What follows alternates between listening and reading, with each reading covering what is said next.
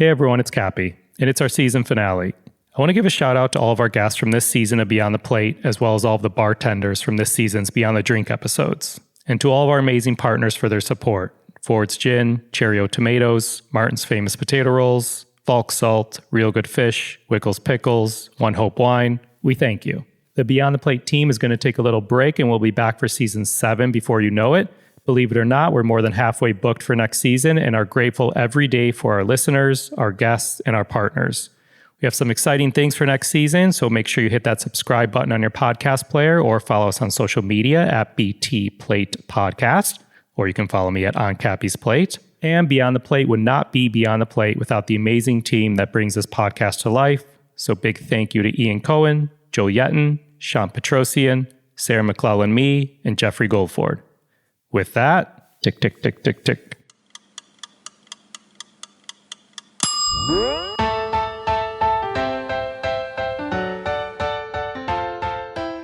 Hey everyone, I'm Cappy and you're listening to Beyond the Plate. This is a podcast where we sit down with the world's culinary elite to explore their journey into the food industry and the social impact they have made in their community. If you're new to the pod, welcome.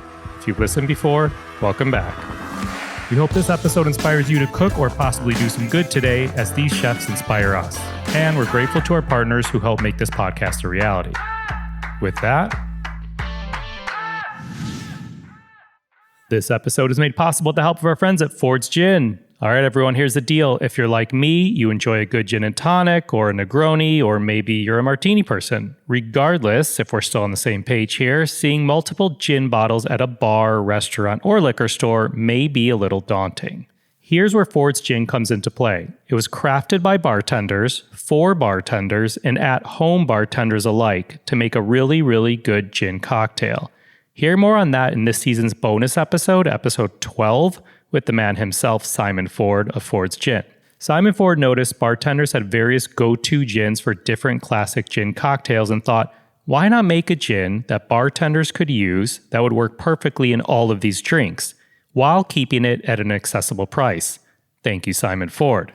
Personally speaking here, I fell in love with the gin and tonic on a trip to northern Spain. The beauty and the finesse that they use to make a gin and tonic in Spain is like no other drink I've seen. They put these ice cubes in like a goblet and then they paint them with a lemon peel and they show you the gin bottle. It's like a presentation. They pour it down over the ice. They pour in the tonic and then it's 1, maybe 2 stirs with a long spoon and done. It's like a work of art, literally. I talked a little about my love of this style drink in episode 17 this season with Chef Ken Oranger, by the way. And thanks to Joe Jebeline on this season of Beyond the Drink, I now love a good gin Ricky. And also thanks to Masa for all his martini tips, I've come to enjoy a good martini, with a pinch of salt, of course. I actually love being schooled by all of these bartenders in this season of Beyond the Drink episodes, so make sure you check those out. And here's another reason why I love Ford's Gin. They've been giving back to the bartending community for quite some time. I've personally been to events they've supported and learn more about their initiatives from Simon Ford in our bonus episode. Whether it's sponsoring nonprofit fundraisers, bartender funds, culinary events, whatever it may be, they always have the bartending community in mind. To learn more about Ford's Gin, go to fordsgin.com and follow them on social media at Ford's Gin. Please drink responsibly. Ford's London Dry Gin, 45% ABV, Brown-Forman, Louisville, Kentucky. Ford's Gin is a registered trademark. Ford's Gin, we thank you. This episode is made possible with the help of our friends at Martin's Famous Potato Rolls. Martin's is an all-American family-owned and operated company founded in 1955 and headquartered in Chambersburg, Pennsylvania. That's over 65 years of people eating and loving Martin's Famous Potato Rolls. They're the #1 branded potato roll in America, and as I like to say, they can make almost any burger taste better. Personally, I love their potato rolls. My twins love their cinnamon raisin bread.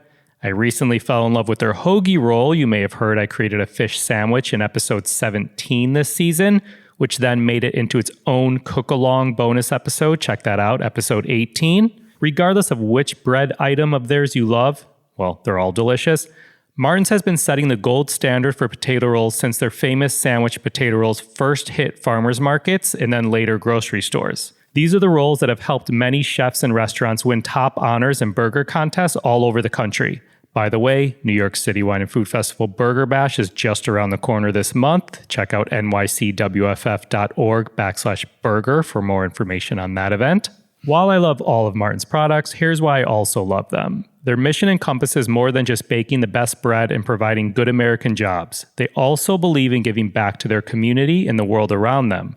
Through volunteering time and donating resources, they support hundreds of charitable organizations, such as food banks, after-school programs, disaster relief, and others that provide sustenance and comfort to people in need both close to their baking facilities and abroad. To learn more about Martin's and check out some great recipes, go to potatorolls.com and follow them on social media at Potato Rolls.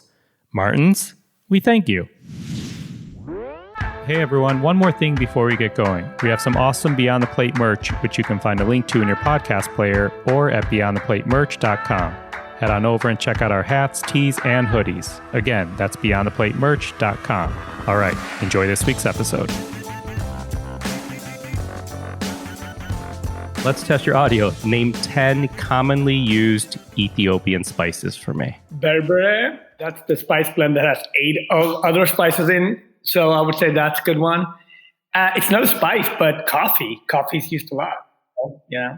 And of course, fenugreek and cardamom, ginger, all of that stuff. Love it. All right, cool. Today's guest is behind a number of restaurants around the world, including, I'll call it a flagship, Red Rooster Harlem. He was the guest chef for President Obama's first state dinner and most recently was tasked with choosing the 10 chefs that cooked at the Met Gala. He's won multiple James Beard Foundation awards, was champion of Top Chef Masters and Chopped All-Stars, is the head judge of the new show Top Chef Family Style, has a podcast called This Moment, is the author of several cookbooks, including the New York Times bestselling memoir, Yes, Chef, a memoir, and his latest book, The Rise, Black Cooks and the Soul of American Food. In between taking over the world with his 900 projects, he's also a philanthropist, serving as co-chair of Careers Through Culinary Arts program, working with City Harvest, being a UNICEF ambassador, and him and his wife are the co-founders of the Three Goats organization. And that's not even everything he does, but I'd like to get this conversation started. So please enjoy this episode as we go beyond the plate with a man who is looking for a job because he clearly doesn't have enough to do, Chef Marcus Samuelsson. Hey, how are you? As an immigrant in this country, you always have to work to define this. There's like that one that, there's always people that say that immigrants are lazy. We don't do anything. So I'm here to tell you we're not lazy. We work. Clearly. But when you hear that list of accomplishments, which, as I mentioned, is not everything, how does that make you feel? Well, I tell you what, Cappy, I would say like this. It makes me feel very lucky and privileged because all of those projects, I had real moments of joy, right? There's a purpose, like writing The Rise. There was a purpose on the why, right? Like never want to write a book where I feel it's already there. All the cookbooks, when I wrote Aquavit cookbook, there was no really modern Scandinavian cookbook. And that was 20 years ago, or when I, started to write this journey on my African book in 2007 or whatever, I didn't feel there was a language for it that could bridge that at the same time. So it took me 4 years to write a cookbook. The first 18 months is really questioning the why, right? And once you have the why, then you go for it, right? But also I smile because I've also been involved with all of those projects. None of them I did by myself. So I was always surrounded with amazing people that was super passionate and this thing called hospitality and food. Because whether you start in a restaurant or you work in a cookbook or you do a podcast, the reason why we're together and doing it is because we love food. Yeah, 100%. So this is the kind of question we usually end our episodes with, but what's next for you? Like what is there something you want to do that you haven't done? Yeah, yes. And I feel like as a chef, if you don't have that urge, it might be time to do something else, right? So for me, I've been on this journey on plant-based and plant-forward and thinking about that and what that looks like. And, what's our responsibility as chefs that has platforms that we can communicate to a large audience. So plant-based, every year, right? It's almost like we accept the fires in California or we see the rain, or we see this extreme weather and we act like, oh, that has nothing to do with us, but that's everything to do with us, right? So how can we as chefs take better care of the environment for the next generation? I think it's a bunch of things. It's have a young son and you start thinking about the relationship. How do you want to hand over the world to the next generation? If we can cook great food that tastes amazing, why couldn't we put good food that is good for the environment and for our soul and so on? So that's something that I know it's coming. And our next restaurant in New York, what we're going to do in Chelsea, will be very much planned forward. I love it. I love it. Okay, so we like to ask people about their childhood because I feel, well, their past helps shape who they are today, right? So your path, your journey is extremely interesting to me. I think a lot of people know it, especially if they read your book, but take me back to Ethiopia. To be honest, my sister, she was 5 when we were adopted and I was 2. So she is really the one that has talked much more about it, knows much more about it. I learned more about Ethiopia as a teenager and a 20-something. When you started, it was more interesting. We wanted to start to go back, and eventually we went back to Ethiopia. But I would say, my sister and I, we were born in a small village. My mom, sister, and I had tuberculosis. My mother took us to a hospital. She passed away, and here's really where luck, right? I would never ever take that part away from and we all need it. And it's like luck and fortune and goodness of others. And the nurse at the hospital, she had 3 kids on her own, single mother. She took us in because we were 2 young kids now with no mother, no parents. And she knew that we can't just throw these kids back out on the street. So she just took us in, which was basically not legal, but she did it until she could set up an adoption agency for us. It took another 3 to 4 months. And just because you're part of an adoption agency, it doesn't mean that you're going to get adopted right away. And then eventually we became adopted to Sweden. And then, that's when my childhood began in a different way. And it was, I can't say thank you enough to the nurse and to my parents that guided me in Sweden, my grandparents. And I grew up. I was very fortunate to have great parents and a great community around me. How would you describe young Marcus? Well, I mean, I've always been a happy child. I was always active. I was playing a lot of soccer. I was doing 2 things a lot. I was playing soccer and I was cooking early, cooking with my grandmother and playing soccer with my friends. And these were the 2 sort of like parallel things in my life that got me excited. And when I say cooking in Sweden, it's like foraging. You go out mushroom hunting with your older siblings. You go fishing with your uncles. So it wasn't just cooking by the stove. It was everything that encompasses, learning about the boats, learning how to fix a net, learning how to smoke and cure, all of that stuff. And then the opposite of that was just playing soccer with my friends. Those are the 2 moments. Do you remember the first thing you ever cooked? Yeah. Mm-hmm. I was cooking. I mean, I was helping out a lot, like working, with my grandmothers, like rolling meatballs. That stuff we did since we were like 4, 5, 6 years old. That was just part of going to our house. But I remember like cooking for my uncles and my dad when I was like 11, and we caught this great mackerel, and I had to they were down at the boat. My mom or my sisters were not around. My grandparents weren't around. So Marcus, if you fix the fish, we have to fix the boat. And an hour later, they came back, and I had mashed potatoes with seared mackerel and some chopped chives, because we have chives and fennel growing in the garden. And it was a good meal. I love it. Wait, how old is your son now? 5. Is he into food or cooking at all? He's into everything that smashes and splashes, and not so much eating it, but cracking an egg is cool. And when I say, oh, it's water in the pan, be careful. That's when he runs to the pan and, chopping things, everything, he's a boy. So everything that smash, crash, and is borderline dangerous. Right. Yeah. That's funny. Do you still cook any of those family recipes that you learned growing up, to this day? Oh, yeah. We just cooked. I actually just did meatballs for him 2 days ago. I did vegetarian meatballs. What'd you do? It's so funny. I have 3-year-old twins. Yeah. And I literally was just making meatballs with them 2 days ago also, which is wild. I had never done it before. I'm like, screw it. Who cares if they make a mess? We're doing it. Exactly. I did some we had fun. It was sweet potatoes that I used, roasted sweet potatoes, and just some soaked couscous. and just roll them up, and we sear them. They were delicious. Anything just to be busy in that kitchen, Totally. Yeah. Does your wife cook? She does. She does a lot, but she cooks basically the Ethiopian holidays. It was just New Year's and so on. She cooks the big holidays, and I'll probably cook half of it, the regular food, or, when I'm home. And also when I travel, of course, then she stepped in and cooks much of the home. Do you remember the first thing you ever made for her? Yeah, I wanted to. She cooked for me pretty early. She cooked a really good Ethiopian chicken stew. That's confidence, huh? Yeah. I brought her to the restaurant and made sure she had to have some good groundnuts. I knew I could not compete in the Ethiopian space, so let's go the other way. That's so funny.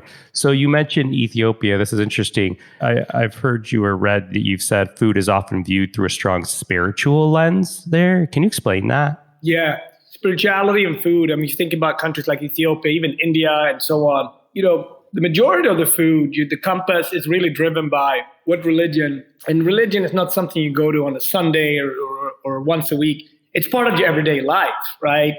So once then you're under that sort of schedule and commitment, that drives then what fasting days you have. It doesn't matter whether you're Christian, Muslim, or Jewish. There's a bunch of fasting days, some days you don't drink water before noon.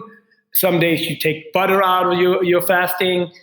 A lot of times you don't eat meat. So when you break that fast, the celebration around meat becomes big and festive.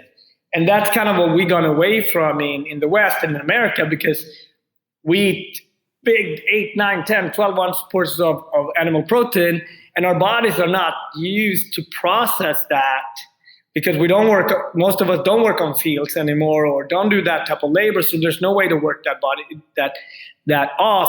And also we mix a lot. We're one of the few cultures that have sushi on a Tuesday, burger on a Wednesday, pizza on a Thursday, because we love to eat like that, right? We just do. It's so funny you say that, because I feel like, and I'm blanking, but some other chef in a different season of the podcast mentioned that, and it reminded me that, I work with Rachel Ray, and she has this point of view sometimes with food. I remember forever ago, she's like, "Hey, where do you want to go to dinner tonight?" I was like, "Oh, let's go get Mexican," and she's like, "No, I can't have Mexican. I had Italian for lunch." I'm like, "What?" So, it's interesting that she's right, because this mixing it's fun and we all do it, right? You've done it, I've done it many, many times, because we love to enjoy food like that. But this processing, it does something to us, and I think that's also, when you look at food as medicine or holistically in a different way, it is a challenge to mix and match, Yeah. Okay. So I started the episode listing, some of your accomplishments. Can you just take us through a quick bullet of what would you say are highlights of your career, starting with start with being an apprentice? I always say the most successful day in my life professional life was the day when I got the letter to work in France, to work for free for a year in France, because it was a 3-star Michelin restaurant. It was something my parents and I have had as a goal for years to do. We applied to 3-star Michelin restaurants. We got many no's and eventually got one yes. So it's always been a goal for me to be part of that and work in a 3-star Michelin restaurant. I knew, of course, what I got into. It was really working for a whole year for free, but I learned a lot. I learned a ton. I wouldn't want to change it. I would also say the day when we opened Red Rooster, it was a 7 or 8 years journey of thinking about it, moving to Harlem. I literally moved from Midtown to Harlem. I knew that I didn't have enough knowledge about the community to do it from Midtown where I lived before. So I had to move, and I enjoyed it, but also had to learn from the community, from elders and people who've lived there for a long time. And I studied, and I couldn't have opened before, but I didn't. And so the day when we opened felt like, yes, we achieved something. Yeah. Did you apprentice in Austria too? Yeah, Austria, Switzerland, Japan, and France. Oh, you apprenticed in Japan, and then you came to the U.S. to work at Aquavit first, right? Yeah, as a sous chef, yeah. At what point in your career did you realize you'd made it as a chef? I don't think I've ever thought about it from that point of view. Because food humbles you constantly. And also what I love now is that there's great younger generation coming up that doing things that we didn't do when we were coming up. And I think, I love cooking, and I don't think comfort is ever part of it. And when you say like you made it, it scares me, because it's also acknowledging a level of comfort. And I create better in the sense of like, well, I'm always got something looking over my shoulder. And I think it's the athlete in me. You always knew there's another kid out there working it's just as hard. There's always a talented kid out there. Like I just treat it that way, Yeah, I love that. Okay, but you're 24 years old, you become the executive chef of Aquavit and the youngest chef ever to receive 3-star review from the New York Times. It seems like that may have been a big deal coming from being an apprentice in Europe. Yeah, maybe. I don't look at it like that at all. I felt like at that point, I've been working with some of the best people in the world in different languages, where English wasn't even part of the conversation. So I felt like coming to New York was so much easier, because all I had to do was continue to cook at a very high level, which I did every day before that. And I could do it in English, which wasn't my first language, but it was definitely my second language, right? So in many ways, I felt at home in New York in a different way, and it helped me. Versus when you work in France or you work in Switzerland, it was always lost in translation. At that point, I've been working professionally for 6-7 years at a very hard pace. So coming to America, I just felt I didn't even know what it meant. There was no internet, so I didn't know what food and wine, gourmet, bon app, all of that meant. But we got a good review. Well, guess what? We should get a good review. We worked very, very hard. So I'm like, at that point, I've never been part of a restaurant that didn't get a good review. You know what I mean? So it was just something that we did. And if we work hard and you have a good team and you have great ingredients, of course, later on, a year into it, I started to understand, wow, we're packed every day. We're packed on Mondays now. We're packed on Sundays. So I started to understand the impact. But when the review came out, everybody was excited around me. I had no clue what that meant. And that's part of being 23, 24 years old. You're just a kid. Sure. What's your point of view on reviews now? Similar? No, it's a completely different landscape, right? You have to understand that at that point, there was basically 3 types of reviews, maybe 4. There was New York Times that you got, if you're lucky, every 4 or 5 years. So it's like an Olympic game. Zagat that you got, which is kind of like this public sort of boom, almost an extension of what became of the online reviews, right? But in a different way. And then maybe once or twice you would get a New York Magazine review, right?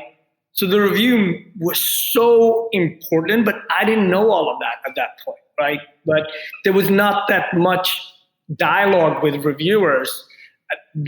So it was just a different way. Once internet and food connected, or I would say 5, 6, 7 years later, really 2001, 2002, when you really connected, the Yelps, all of that stuff, it changed the landscape forever. So I think we need it all. We need online reviews. We need public reviews.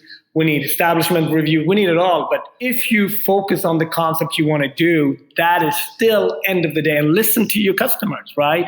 I've closed restaurants with great reviews, right? We've all seen a movie that has been reviewed incredibly well.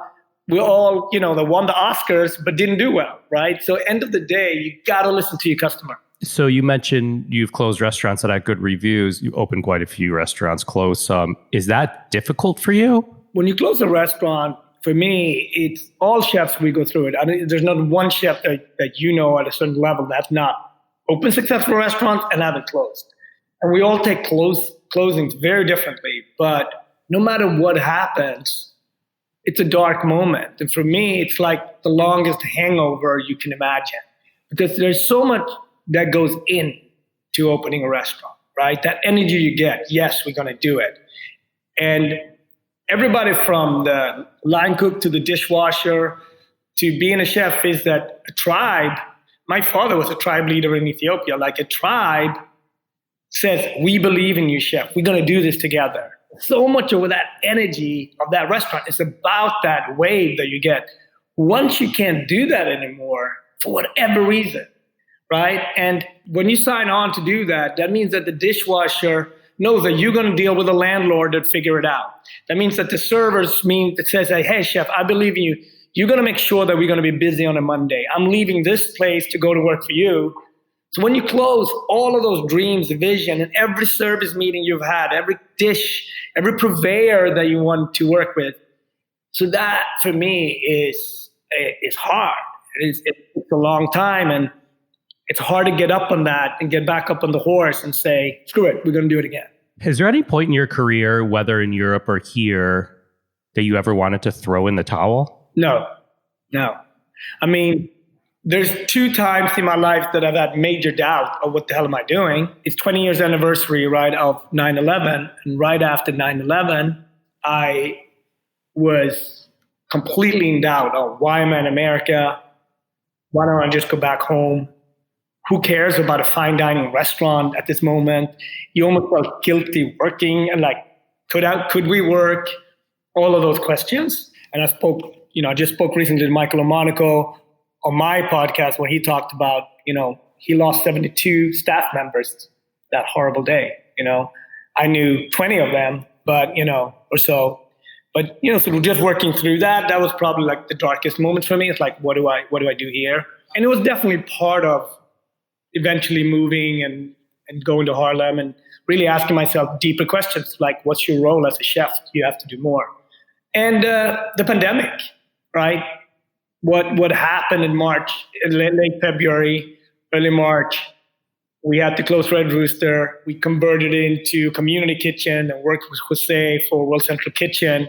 You were there. I mean, it was right around South Beach Food and Wine 2020 when all of that stuff started to happen.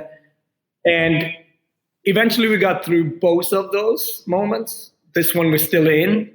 But those were the 2 moments for me, that spring of 2020, where I knew I had to put that cap on and be like, okay, we can do it. But even when I left home, I had doubts myself. And so much part of being a leader is that show the world that you can do it, although as a person, you had major doubts. And I went home, it's like, what's actually going to happen? This is bigger than all of us.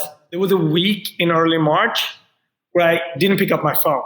Because every phone call was about, we're closing Stockholm, we're closing London, we're closing.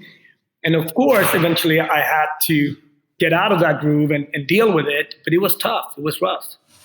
Man, thanks for sharing that. It's tough. We like talking about that with a bunch of different chefs and hearing their story and all that. It's wild. All right, I want to take a second to give some love to one of our partners over at Real Good Fish. I actually subscribed to this company before this podcast season. I've received multiple boxes of seafood from them, and there's something about getting a box of fresh seafood that has a good story behind it, and it supported a local fisherman and sustainable practices were used. It just makes you feel good. Plus, the ocean smell you get when you open that box is fantastic. Real Good Fish offers the freshest seafood direct from fishermen who value sustainability, and it's delivered with full transparency. They have directly supported over 89 local fishermen, and you can now enjoy seamless home delivery from them across all U.S. states. More about their transparent sourcing information. When you receive the seafood, you know who caught your fish, how it was caught, where it was caught, and on which vessel it was caught, literally. I think I mentioned I cooked some rockfish from them earlier this season. I've also had calamari, flounder, and plenty of other options that they've sent as well. I again cooked some rockfish the other week when I made that spicy fish sandwich from our bonus episode. But this rockfish was from a different fisherman. The fisherman's name was Richard DeYerl. Sorry if I'm mispronouncing that, Richard. The name of his fishing vessel was called Sea Harvest 1, and it was caught in Moss Landing. It also has the gear he used, the date it was caught, some pretty cool stuff. Anyhow, their fish and seafood travels an average distance from the boat to plate of 170 miles.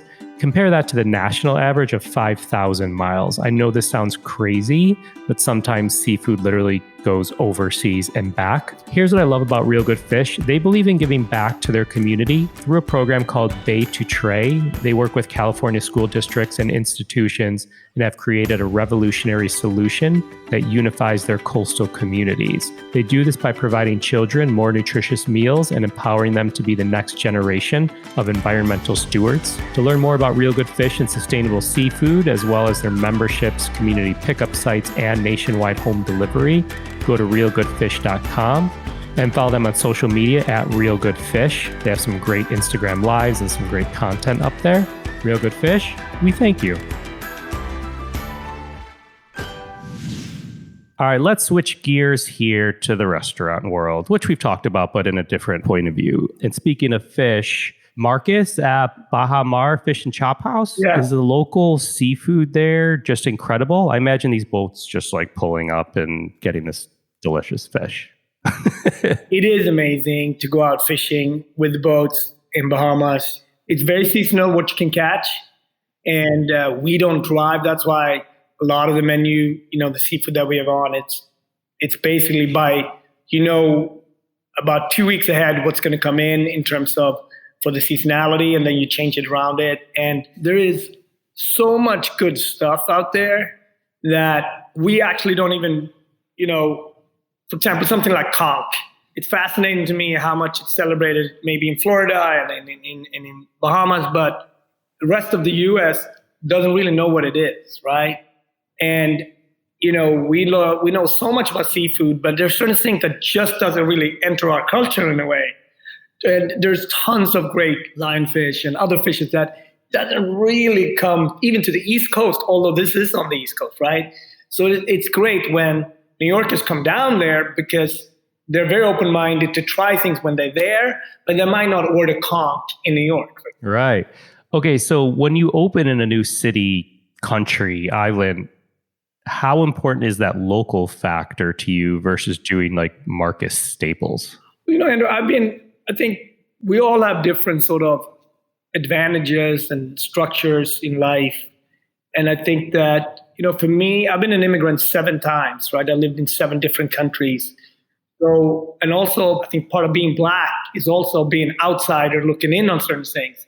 So I understand how to assimilate, and I understand how, I look at, you come to a great, not a good food city like Montreal, a great food city like New York. I live in Montreal. If you're going to have any chance of being part of the city's fabric of food, you need to first tip your hat to the community that made it all possible, right? So for me, it's like when I open in a foreign city, a country, I go back and think about how do I feel when I moved to New York? Like, how do I feel, those first years? So for me, it's like 3 years before we open the restaurant, I go up, I eat, I visit the markets, and then 18 months later, I go back several times with the family, and then eventually with my business partners. Then maybe do a pop-up with the local chefs. Sometimes absolutely not the big, most famous one. It could be a charity. It could be just so you have an understanding of the fabric of the city. How does this city work? Especially a beautiful city like Montreal, where you have the push and pull between the French and the British and back and forth, and then the Caribbean there. And you understand that in terms of its food, it's incredible. That is no different whether I do that in Florida, Bahamas, or Montreal, or Stockholm. Respect the locale, be grateful for the people and the audience that sort of is there, and then do your best work, Yeah. Okay, so I have a question. You're young, you were at Aquavit, you're known for Scandinavian cuisine. Was it hard to veer away? You apprenticed, like you said, Japan, Austria, all this, but in New York and the US, they knew you for the Scandinavian cuisine. Was it hard to veer away from that and I think you opened Ringo while you were still at Aquavit, which had some Japanese influences. Was it hard to veer away from Scandinavian cuisine to do what you were doing at Ringo? No, I think one of the things why am I so passionate about cooking today? I'm more passionate than I was maybe when I started. It's because change forces an energy, right, that teach me I have to learn, right? If I would do the same food today as I did in 1997, you and I wouldn't even be talking. Do you know what I mean? It would be stale. It wouldn't be interesting. And change is very, very important for me as a chef. Each chef is different. So for me, I feel like these waves are coming every 5 years, right? So Ringo was in the early 2000s. Well, I've been in America for 7 years. At that point, it was time for me to do something different. And, I think that it teaches me so much about the subculture. And, now we're thinking a lot about plant-forward food. I'm studying it every day. Should it be self-stemmed meats? What is that? Aquaponic, all of these different things that it forces me to think about. Like in fine dining, you learned it was one way. The food came from France. It was 3-star Michelin was to go. That was one incredible, almost like ballerina-esque way of cooking. Then you realize that the world is so much larger than that. Good food is everywhere. Once I came to America, I realized that window was so much larger. So I just didn't want to be in one pocket with one goal, right? And it allows me also and I watched a lot of great chefs being super unhappy, even if they had 2 or 3 stars, right? The restaurants maybe weren't busy, they didn't make money, and they were just tied to one thing. And I'm like, how do I navigate? Where do I fit into all this? Also, my role as a Black chef, how can I open more doors for people of color, right? So it's all of these different things that I have to think about in order to evolve myself, improve constantly. Because when you're a student or a cook or a sous chef or a chef, it's very easy because you learn from somebody and you're going to get better. Once you own a business, you got to put yourself into these classes. You got to force yourself to do that. And for me, it's been very often through a product like a restaurant. Interesting. Really interesting. So you also co-produce the annual Harlem Eat Up Festival, celebrates food, art, culture of Harlem. Describe that festival to us. Pitch it to the audience. How do you say it? I just felt, first of all, that I've been invited so many times to so many great events like South Beach Food and Wine, like New York City Food and Wine, and so on, right? And I was like, wait a minute. Why is, for me, the coolest part of New York City not part of that? I want people to experience this part of town that is so rich on culture, so many great people. But when Herb Cardis, are my partner in it and co-founder, so Herb, you were in the intersection. You were there with Lee. You produced it from the beginning. We got to produce a world-class festival from day one. And a lot of the experience that I've gotten through as hospitality, I want to share. And producing a festival, bringing 15,000 people to Harlem to dine, to eat, is one of the biggest gifts, right? I feel like I wanted to share those moments. I've been lucky enough to be around it. I've seen it in Europe. I've seen it in America. Now I wanted to give it to Harlem. It's our 7th year. Obviously, the pandemic forced us to pivot and do it differently, but we did it this year again. And we still actually got 2 more events that we're going to do in local restaurants. And it changed the restaurant community in Harlem. The Harlem Eat Up weeks are some of the busiest weeks for our community. And it's over 1,000 people working with the festival. You know all about that. It's production. And you look around and it's like, wow, this is really happening. It's a feeling that is very hard to describe. Absolutely. All right. So social impact, we've touched upon.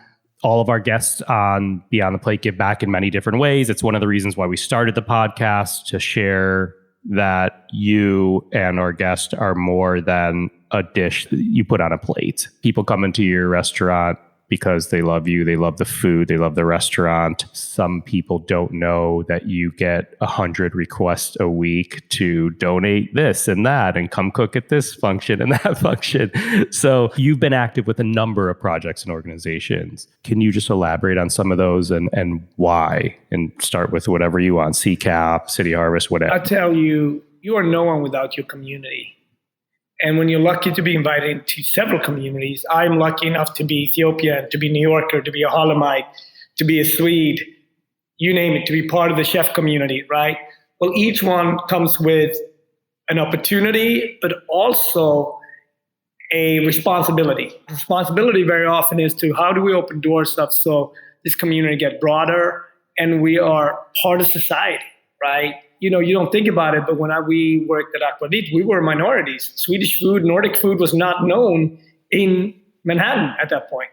So we had to work with it. Or so whatever it is, you want to broaden it. And I tell you, when this pandemic started, things like Independent Restaurant Coalition happened, right? Things like City Harvest grew and became even more important, right? CCAP, what's going to happen to those students? So you go back to these communities and families that you built, and it also saves you. Jonathan Waxman, a dear friend to both of us, said to me, Marcus, early on, said, you need to call 2 chefs a day because mentally you're not going to cope.